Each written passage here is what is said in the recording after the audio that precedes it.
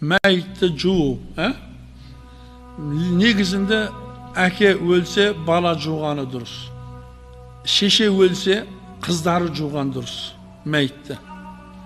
Біз момын мұсылмандар негізі барлық нәрсеге дайын болуымыз керек, білуіміз керек. Мәйіт жууға да, кепен тігуге де, гөр қазуға да, бұл сізбеніміздің әшейін жұмысымыз болып қалу керек.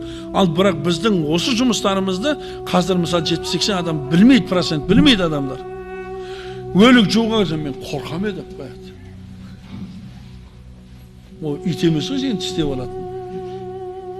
Сен әкең біріншіден. Не үшін әке өлсе бала жуу керек? Адам өлген уақытында адамның айыбы ашылып қалады. Сол айыпты баладан басқа ешкім жасыра алмайды, бәрі шығып кетеді. Егер баласы жуатын болса, оны бала айтпайды, сырғып сақтайды.